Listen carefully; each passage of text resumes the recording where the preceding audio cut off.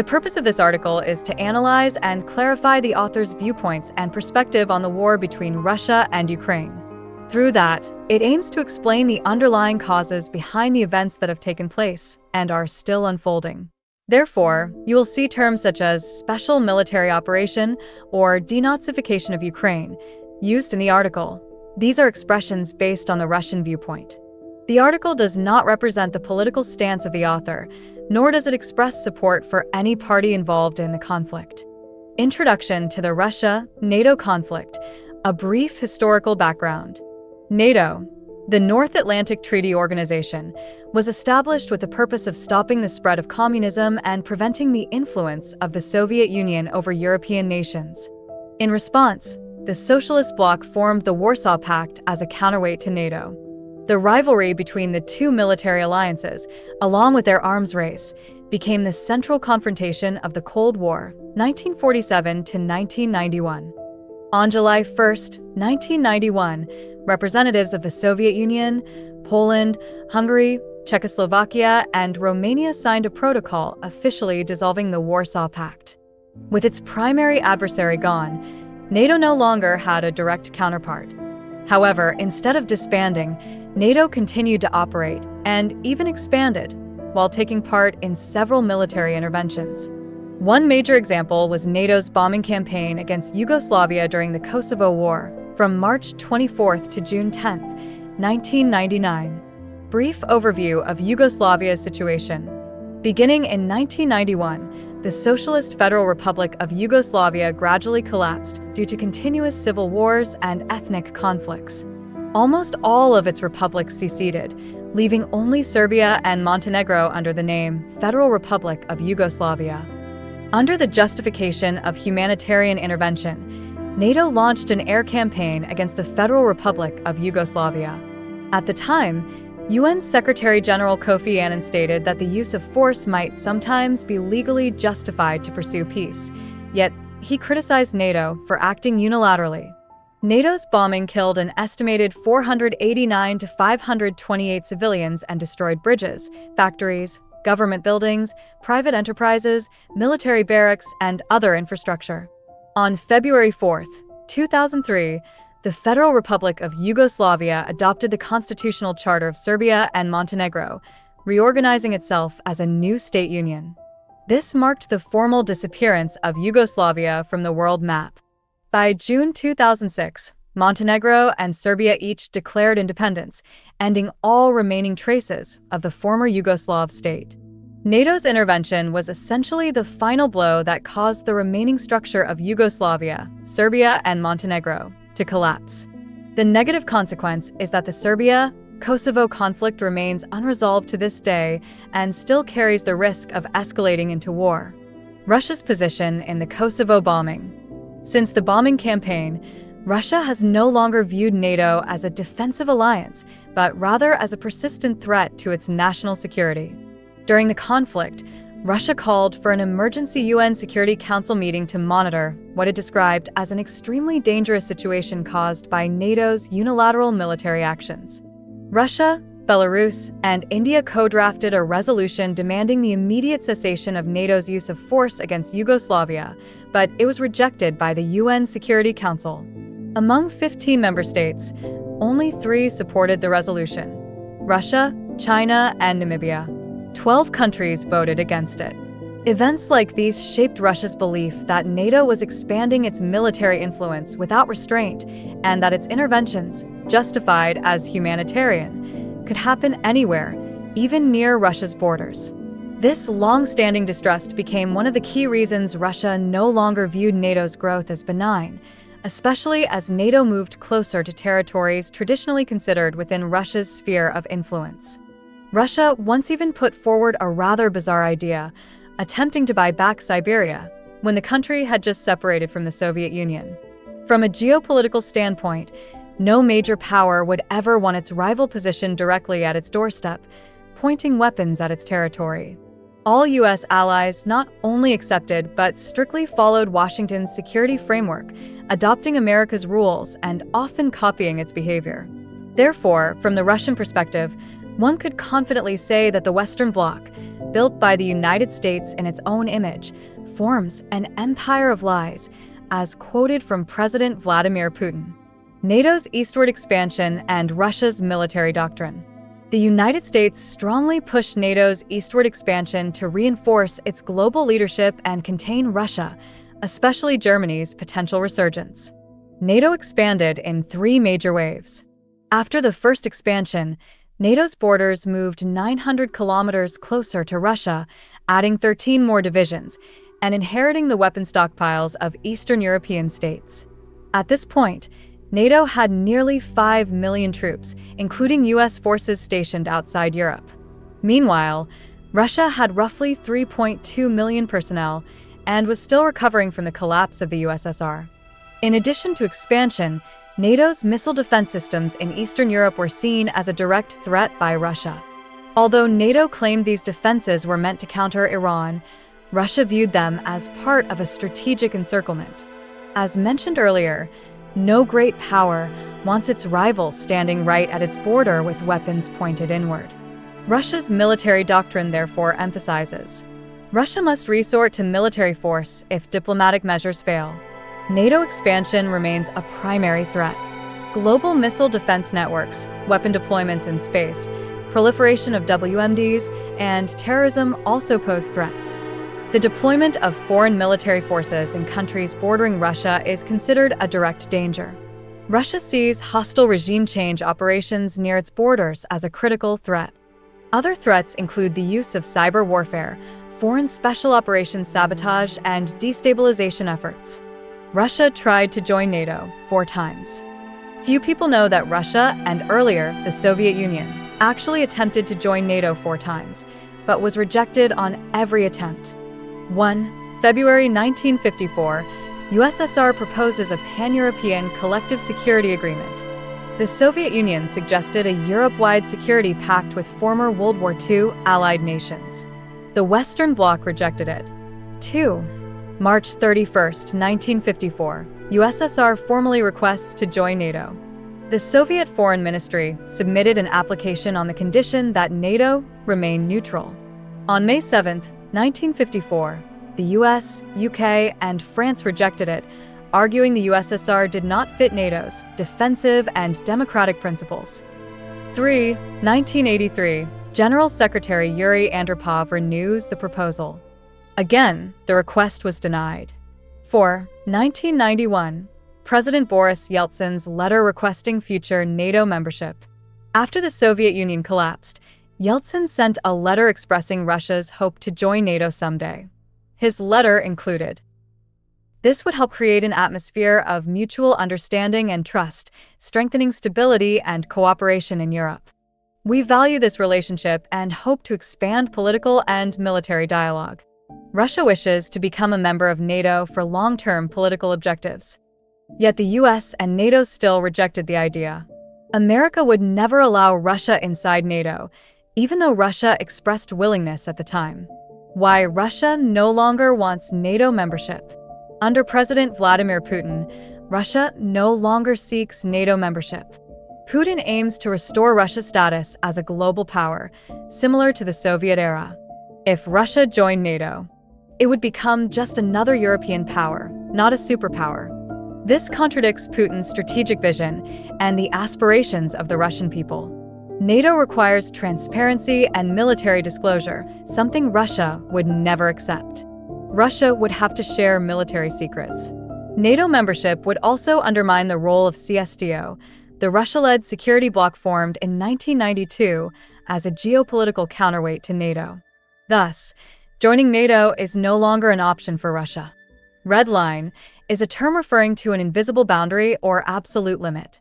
Crossing it means facing severe consequences or retaliation. For Russia, Ukraine is that red line because it plays an extremely strategic role in Putin's ambition to restore Russia's position as a global power. Most of Russia's major ports, such as St. Petersburg and Arkhangelsk, are frozen during winter, limiting economic development. If you look at a map, ships leaving St. Petersburg must pass through the Øresund Strait between Sweden and Denmark, both NATO territories. In any conflict, NATO could block this strait and completely cut off Russia's maritime trade. The port of Vladivostok is not much better. Goods must pass through the Sea of Japan, controlled by Japan, a close ally of the United States, and a country still disputing territories with Russia over the Kuril Islands. Crimea, however, is different. The port of Sevastopol is a warm-water port, vital to Russia's military and economic ambitions. It is Russia's only natural gateway to becoming a maritime great power because oceans cover 70% of the Earth's surface and contain vast resources: oil, gas, salt, fisheries, trade routes, and tourism. Throughout history, Western nations used maritime strength to dominate the world. Columbus discovered the Americas, and Magellan completed the first circumnavigation of the globe. From there, Western empires used naval power to colonize and extract resources worldwide. Control of the sea became even more valuable than control of land. This is why many nations today, including Vietnam, consider maritime security a matter of survival. As the Roman statesman Cicero once said, "Whoever controls the seas controls the world." Historical ties between Ukraine and Russia. In the 11th century, the ancient Kievan Rus included most of modern Ukraine, Belarus, and parts of modern Russia. During its peak in the 10th to 11th centuries, Kievan Rus was one of Europe's most powerful states, laying the cultural and ethnic foundations for both Ukrainians and Russians. Later, Ukraine and Russia became part of the Soviet Union and fought side by side against Nazi Germany.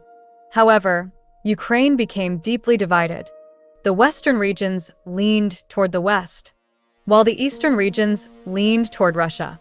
The United States and Western powers took advantage of this divide. Euromaidan, the turning point.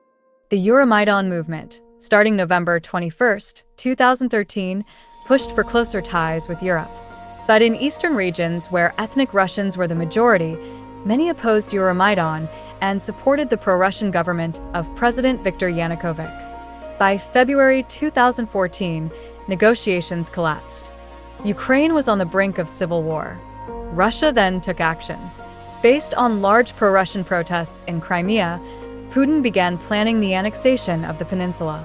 On February 23, 2014, the process began. On March 18, 2014, Russia officially announced that the Republic of Crimea and Sevastopol had joined the Russian Federation. Ukraine's NATO ambitions, Russia's red line. Despite the annexation of Crimea, Ukraine continued to pursue NATO membership. This, for Russia, was the final threat. Fighting intensified in the Donbass region, Donetsk and Luhansk, with Russian-backed separatists clashing with Ukrainian forces. The Minsk peace agreements failed. Meanwhile, the US and NATO continuously supplied weapons to Ukraine, especially after America's withdrawal from Afghanistan. The US even deployed medium-range systems and increased military presence near Russia. Russia submitted an 8-point security proposal to the US and NATO in early 2022, but it was rejected. What came next was inevitable: the 2022 Russian invasion of Ukraine. On February 21, 2022, Putin recognized the independence of the self-proclaimed Donetsk and Luhansk People's Republics. On February 24, 2022, Russia launched a special military operation across Ukraine, declaring its goals to be demilitarization of Ukraine, denazification of Ukraine. Russia's strategic objective was to capture Kiev, establish a pro-Russian government, and deploy CSTO peacekeeping forces across Ukraine. This would allow Russia to build a new union, Russia, Belarus, and Ukraine, reviving its great power status and reshaping Europe's security structure away from US influence. Once again, this article does not express political views or support for any side in the conflict. It simply presents Russia's reasoning and perspective. Why Russia fears NATO expansion. Russia has long been concerned about the rapid NATO integration of the Baltic states. This occurred when Russia was still weak after the collapse of the USSR.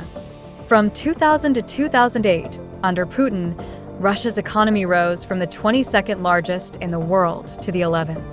During this period, Russia maintained relatively stable relations with the US, waiting for the right moment to reassert its power. During the period from 2000 to 2008, Russia rose economically and politically, but there was another critical reason that shaped today's conflict. Kaliningrad is Russia's only ice-free port on the Baltic Sea in winter, yet it is geographically separated from mainland Russia. This is a major strategic vulnerability. Kaliningrad, formerly Königsberg, a German territory before World War II, was placed under Soviet administration after the Potsdam Agreement of 1945. Putin has long held the ambition of connecting Russia proper to Kaliningrad, but doing so is an extremely difficult geopolitical challenge. Because of its location, Kaliningrad is Russia's forward base to counter the US-backed missile defense systems in Eastern Europe. However, the US and the West did not immediately recognize the strategic value of this small region. With Belarus being a close ally of Russia, a land corridor between Belarus and Kaliningrad could isolate the three Baltic states.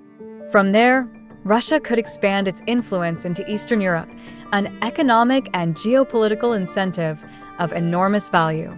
The National Interest, an American geopolitical magazine, noted, "When President Putin realized the importance of warm water ports for trade and military power projection, he moved quickly to annex Crimea. He also sought to secure a physical connection to Kaliningrad."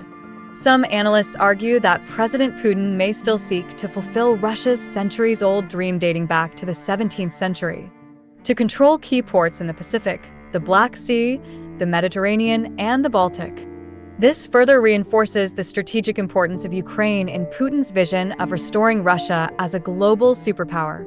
Why Russia acted when it did? Oil prices, Russia's Achilles heel. The clearest answer is simple: oil prices. Russia's economy depends heavily on energy exports. Oil and gas account for about 17% of its GDP and up to 60% of its export revenue in 2021.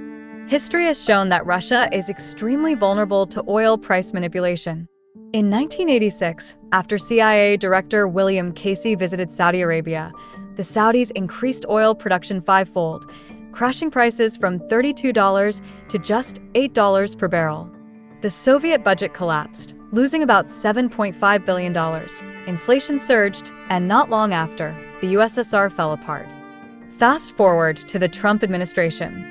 The US aggressively expanded oil and gas production, becoming one of the world's largest LNG exporters. Trump also sanctioned the Nord Stream 2 pipeline between Russia and Germany, straining US-German relations. Nord Stream 2, a 1,234 kilometers pipeline under the Baltic Sea, promised huge economic benefits for Russia and affordable energy for Germany and Europe. It would also reduce Russia's dependence on pipelines through Ukraine, a major geopolitical advantage. But the US and Ukraine strongly opposed the project. Although Trump and Putin had a relatively cordial personal relationship, everything changed when President Joe Biden took office in 2021. How Biden's policies helped Russia prepare for war. Immediately after taking office, President Biden reversed nearly all of Trump's energy policies. These actions, intended to shift the US toward green energy, had unintended consequences. Global oil prices doubled, from $50 to over $100 per barrel. Russia accumulated enormous wealth in its National Wealth Fund, around $185 billion. Foreign reserves rose to $615 billion. This gave Putin a financial buffer strong enough to withstand Western sanctions and wage a prolonged military campaign in Ukraine. Elena Lenina, director of the Institute for International Political and Economic Strategies, remarked, "Sanctions against Russia are merely a disguise. In reality, the US is crushing the European economy, especially Germany, creating a crisis that America can exploit. Europeans are becoming new economic dependents, forced to serve US strategic interests. A human cost without end. Regardless of geopolitical reasoning, blood is being shed daily across Ukraine.